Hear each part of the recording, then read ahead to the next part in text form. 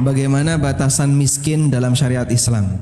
Allah sebut kata miskin berkali-kali dalam Al-Quran, namun batasan yang dinyatakan kami tidak mengetahui adanya ayat khusus yang menyebutkan itu.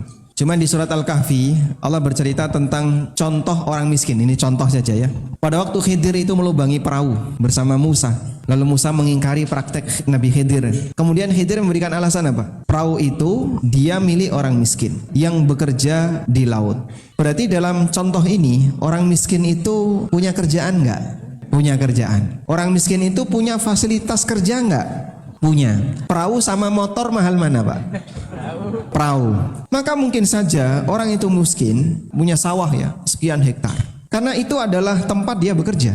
Dia seorang petani. Mungkin saja orang miskin dia punya motor untuk sebagai kerja karena dia seorang driver ojol. Atau bahkan dia bisa jadi punya mobil dan itu pekerjaannya. Dia seorang supir angkot atau supir transportasi umum dan mobil ini merupakan media dia untuk bekerja.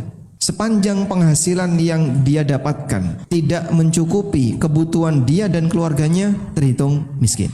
Walaupun dia punya kerjaan, walaupun bisa jadi dia punya fasilitas untuk kerja. Bapak itu tanahnya hektar-hektaran. Terus pendapatan dia per bulan sih kurang lebih 900.000. Anaknya 5. Anak 5 900.000 di Klaten. Insya Allah bisa hidup ya. Yang penting punya beras. Sawahnya mungkin 2 hektar, tapi itulah tempat beliau bekerja. Dari sisi sumber pendapatan mungkin nggak cukup untuk beliau dan anak-anaknya. Maka insya Allah beliau terhitung miskin walaupun punya sawah 2 hektar. Lain cerita kalau sawahnya ini kena tol, langsung berubah nasib. Jadilah dia orang miliarder seketika. Nah intinya dalam hal ini kembali kepada urf yang berlaku. Bagaimana urfnya orang miskin di masing-masing daerah.